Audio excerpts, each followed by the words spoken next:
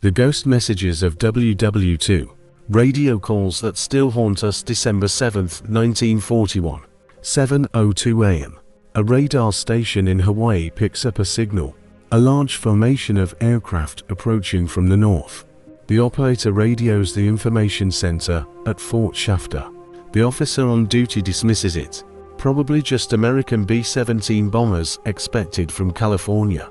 Nothing to worry about. 53 minutes later, Japanese planes begin bombing Pearl Harbor. Over 2,400 Americans are dead. The Pacific Fleet is crippled. America is at war. That radar warning, dismissed and ignored, was a ghost message. A signal that should have changed everything but didn't. A communication that could have saved thousands of lives if only someone had listened. World War II was the first war where radio communication played a central role. Ships at sea, planes in the air, submarines underwater, all connected by radio waves carrying voices, codes, and desperate calls for help. Some of those messages were heard and acted upon, but others, the ghost messages, were lost, ignored, misunderstood, or heard too late to make a difference. Welcome to Echoes of W2. Today we're going to tell you about the radio calls that still haunt us. The messages from pilots who knew they were about to die. From ships sinking into the ocean. From soldiers trapped behind enemy lines. From submarines that vanished without a trace. Some of these messages were recorded. Some survive only in the memories of those who heard them. All of them represent moments when human voices reached out across the void, seeking help, saying goodbye, or simply refusing to die in silence. These are the ghost messages of World War II. The voices that echo through history. The calls that were never answered. The last message from flight the 19th of December 5, 1945. 3 months after the war ended, 5 Navy Avenger torpedo bombers take off from Fort Lauderdale, Florida, for a routine training mission. 14 men aboard the 5 aircraft. They're supposed to fly east over the Atlantic, practice bombing runs, then return to base. A simple 2-hour exercise.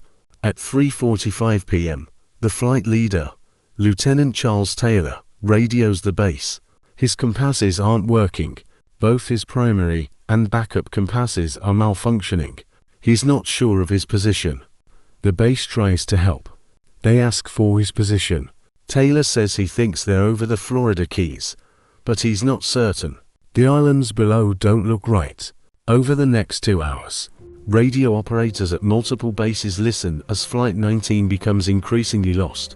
Taylor's transmissions become more confused. He thinks they're over the Gulf of Mexico. Then he thinks they're somewhere else. He can't find any landmarks he recognizes. Other pilots in the formation try to help. They suggest they should fly west, toward the setting sun, which should take them back to Florida. But Taylor seems convinced they're west of Florida, so flying west would take them further into the Gulf of Mexico. He orders the formation to fly east instead. They fly east, away from Florida, further out into the Atlantic Ocean. The radio transmissions become harder to hear as the aircraft fly further from land. Static increases. The voices fade in and out. Ground stations struggle to maintain contact. At 6:04 p.m., the last clear transmission from Flight 19 is received. Taylor says, "All planes close up tight. We'll have to ditch unless landfall. When the first plane drops below 10 gallons, we all go down together." Then silence. Flight 19 disappears. All 5 aircraft and 14 men are lost. A massive search operation is launched. Ships and aircraft comb the Atlantic and the Gulf of Mexico. They find nothing. No wreckage. No life rafts. No bodies. Flight 19 has vanished completely. Then comes an even stranger twist. One of the search aircraft, a Martin Mariner flying boat with 13 crew members, also disappears. It takes off to search for Flight 19 and never returns. 27 men now missing. Decades later, Flight 19 became associated with the Bermuda Triangle legend. Stories claim supernatural forces or aliens had abducted the aircraft. But the reality, as heard in those radio transmissions, was simpler and more tragic. A compass malfunction, an experienced pilot who became disoriented, a series of bad decisions made under stress, 5 aircraft flying the wrong direction into the open ocean until they ran out of fuel and crashed into the sea. The recordings of those transmissions still exist. You can listen to them. You can hear the confusion in Taylor's voice, the concern from other pilots, the growing desperation as fuel runs low and darkness falls. What makes these recordings haunting isn't supernatural mystery. It's the very human tragedy of men who knew they were lost, knew they were going to die, and could do nothing about it. The last words heard from Flight 19 were Taylor telling his pilots to stay close together, that when the fuel ran out, they'd ditch as a group, that they'd face the end together rather than scattered and alone. Then the radios went silent, and Flight 19 disappeared into history, leaving only those ghost messages as evidence they'd ever existed. Bearing down on us. Looks like they're going to ram us. October 25, 1944. The Battle of Samar, part of the larger Battle of Light Gulf in the Philippines, a small American escort carrier group, call sign Taffy 3, encounters a massive Japanese fleet. Taffy 3 consisted of 6 escort carriers, basically merchant ships converted to carry aircraft. Slow, lightly armored, designed to support invasions, not fight naval battles. Accompanying them were 3 destroyers and 4 destroyer escorts, small ships with limited firepower. The Japanese fleet included 4 battleships, including the Yamato, the largest battleship ever built, 6 heavy cruisers, 2 light cruisers, 11 destroyers. This was a force designed to destroy enemy fleets. Taffy 3 was outnumbered, outgunned, and had no chance of survival in a conventional battle. The Japanese could destroy them in minutes. The commander of Taffy 3, Admiral Clifton Sprague, made a desperate decision. Instead of running, which would just delay the inevitable, he ordered his destroyers to attack, to charge directly at the Japanese fleet and buy time for the carriers to escape. The destroyer USS Johnston, commanded by Ernest Evans, turned toward the Japanese fleet and charged, alone. A small destroyer attacking battleships and cruisers. Johnston's radio operator transmitted throughout the battle. His messages, heard by other ships and recorded at command centers, captured one of the most desperate naval battles in American history. Laying smokescreen. Commencing torpedo run. Johnston raced toward the Japanese fleet, firing its guns and launching torpedoes. A 2,000-ton destroyer attacking ships that displaced 70,000 tons. Insane. Suicidal. But it gave the carriers precious minutes to try to escape. Taking heavy fire. Multiple hits. Forward guns disabled. Japanese shells were hitting Johnston repeatedly. The ship was being torn apart. But it kept fighting, kept firing whatever guns still worked, kept getting between the Japanese and the escort carriers. Other American destroyers joined the attack. USS Hull and USS Samuel B. Roberts charged the Japanese fleet alongside Johnston. All 3 small ships against the might of the Japanese Navy. The radio transmissions from these ships, as they fought and died, were heard by other American vessels. The messages were fragmentary, interrupted by explosions and jamming, but they painted a picture of incredible courage.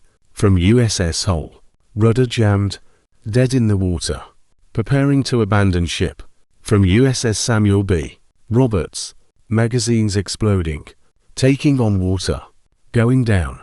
From USS Johnston, bridge hit, casualties heavy, steering from aft, still engaging enemy.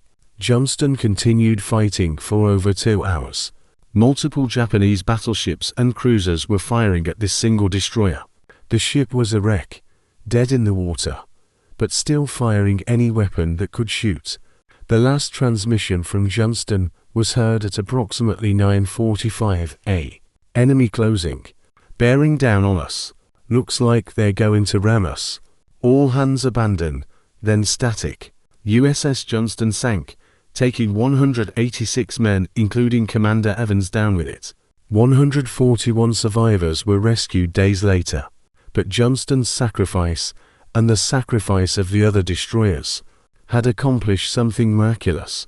The Japanese fleet, confused by the aggressive American attack, believing they must be facing a much larger force, broke off their attack. Taffy 3's carriers escaped. A small group of destroyers and destroyer escorts had defeated a battleship fleet. Through sheer audacity and willingness to die protecting the carriers, the radio recordings from the Battle of Samar are among the most dramatic from the Pacific War. You can hear the matter-of-fact professionalism of sailors who knew they were dying. No hysteria, no panic, just calm reports of damage, continued engagement, and eventually, the order to abandon ship. What makes these recordings haunting is that contrast. The calm voices describing utter chaos, men reporting their own ship's destruction with the same tone you'd use to report the weather. Commander Ernest Evans was posthumously awarded the Medal of Honor.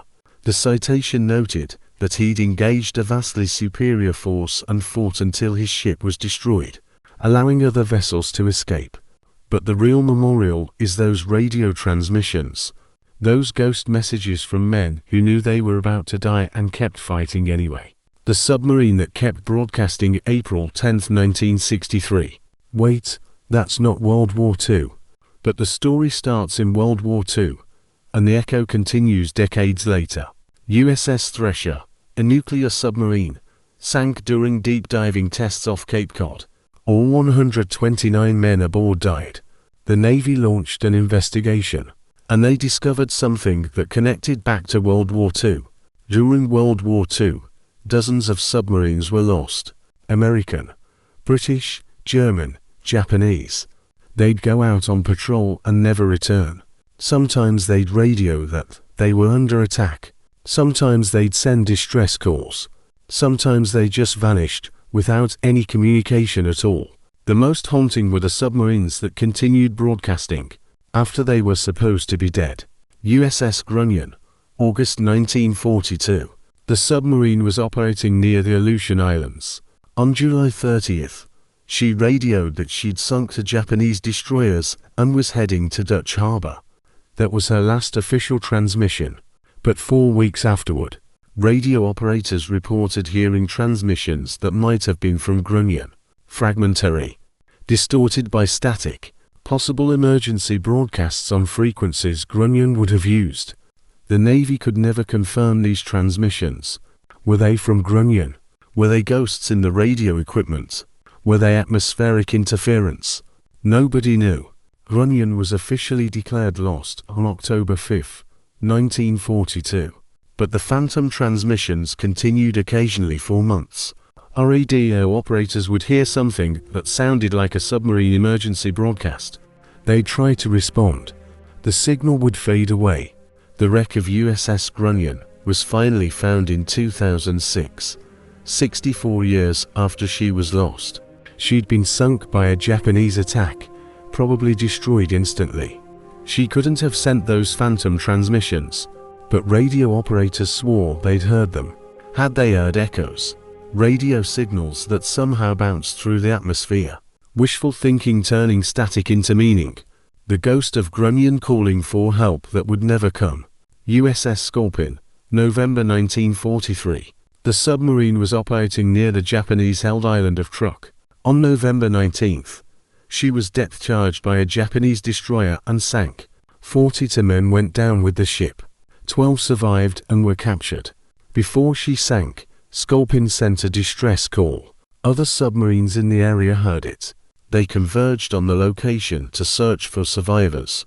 But by the time they arrived, Scorpion was gone. What haunted the survivors of other submarines was what they heard in the distress call. The voice of Scorpion's radioman, calm and professional even as his ship was being destroyed, under attack, depth charges, taking on water, then silence. That voice, speaking calmly about his own imminent death, stayed with the men who heard it. They'd served with him. They knew him. And now he was gone. His last words preserved on radio recordings that Navy investigators would study, trying to understand what had happened. Humzafre, April 1951. Again, this is after World War II. but it's part of the same story. British submarine conducting a training exercise.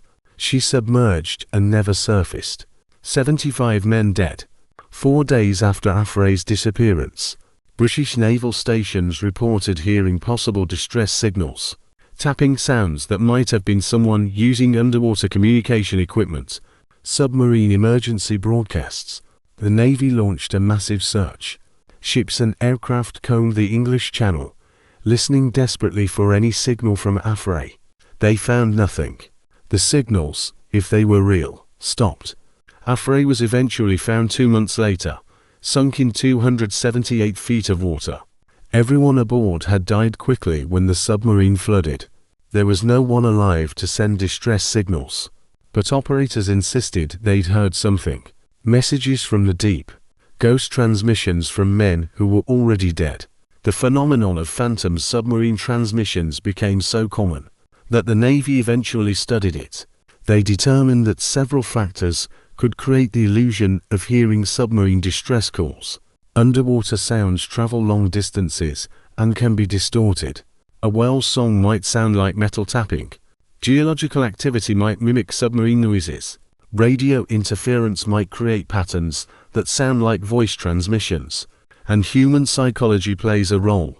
When you're listening desperately for a signal from a lost submarine, searching for survivors, you want to hear something.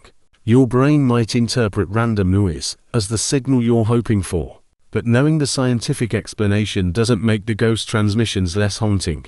Somewhere, in radio recordings and in the memories of radio operators, are the last messages from submarines that vanished. Final calls from men trapped underwater. Voices from the deep that went silent. 18:30 to 23 o'clock. Please help us. We are dying. July 30th, 1945. Just days before the war would end, the USS Indianapolis, a heavy cruiser, was torpedoed by a Japanese submarine in the Philippine Sea. The ship sank in 12 minutes. About 300 men went down with the ship. Approximately 900 made it into the water. What happened next was one of the worst naval disasters in American history. Indianapolis had been on a secret mission. She delivered components for the atomic bomb that would be dropped on Hiroshima. Because the mission was classified, her route was secret. No one knew exactly where she was. When she was torpedoed and sank, no distress signal was received. The radio equipment was destroyed too quickly. Indianapolis simply disappeared. For 4 days, nearly 900 men floated in the Pacific Ocean. No lifeboats, just life jackets. No food, no water, exposed to sun, salt water, and sharks. Men died of wounds, of dehydration, of exposure, and sharks, attracted by blood and splashing, picked off survivors one by one. It was a nightmare beyond description. But here's what makes this a ghost message story. Indianapolis did send distress signals. Multiple messages. The radio operator, as the ship was sinking, managed to send several emergency transmissions. Those transmissions were received. 3 different stations picked them up, but all 3 dismissed them as false or unimportant. One station commander thought it was a Japanese trick. The Japanese sometimes broadcast fake distress calls to lure American ships into traps. He ignored the message. Another station thought it was too garbled to be real. The transmission was broken up, hard to read. They logged it but didn't act on it. The 3rd station received the message, but the officer on duty was drunk. He didn't report it to his superiors. So Indianapolis's distress calls became ghost messages. Sent, received, but not heard, not acted upon. For 4 days, men died in the water while Navy stations that had received their distress call did nothing. Indianapolis was finally discovered by accident. A patrol aircraft spotted survivors by chance. The rescue operation saved 316 men. Over 600 had died in the water. After the war, when investigators discovered that distress signals had been received and ignored, it became a scandal. Court-martials were considered. The officer who'd been drunk was disciplined, but the damage was done. The ghost messages from Indianapolis haunt naval historians. Those transmissions, crying for help, received but not acted upon. How many men might have survived if someone had listened? If someone had believed the message was real? We'll never know. But those messages, sitting in Navy archives, represent one of the great failures of World War II. The time when the system that was supposed to protect sailors failed completely. One survivor, Edgar Harrell, spent the rest of his life speaking about the Indianapolis disaster. He'd talk about the 4 days in the water, the sharks, watching friends die, the desperation. But what haunted him most, he said, was learning years later that his ship had sent distress signals, that help could have come sooner, that men had died while their calls for rescue sat unheeded in Navy communication logs. We were dying, Harrell said in interviews, and we'd called for help, and no one came. Not because they couldn't hear us, but because they didn't believe us. That's the essence of ghost messages. Not signals lost in static or interference, but messages that were heard and dismissed. Voices crying out that went unanswered, not because no one was listening, but because no one believed what they heard. The radio operator who never stopped transmitting. Let me end with one more story. Not about a single message, but about a person who represents all the ghost messages of World War II. There's an old legend among radio operators. They say that if you listen on certain frequencies, on certain nights, you can still hear World War II transmissions, Morse code from ships that sank 80 years ago, voice broadcasts from aircraft that crashed, emergency signals from submarines that vanished. Most radio operators dismiss this as atmospheric interference, random noise that sounds like old transmissions, echoes of modern broadcasts that happen to use old frequencies. But some operators insist they've heard real messages, distress calls in proper military format, code groups that match World War II encryption, voices speaking with the accents and terminology of that era. One operator, working a night shift at a Coast Guard station in the 1970s, reported hearing a transmission on an old emergency frequency. The voice, clear despite static, said, "This is Vessel," and gave a call sign, POSITION, and gave coordinates in the Atlantic. Taking on water. Require immediate assistance. The operator tried to respond. The transmission repeated. Same message. Same call sign. Same coordinates. Then it stopped.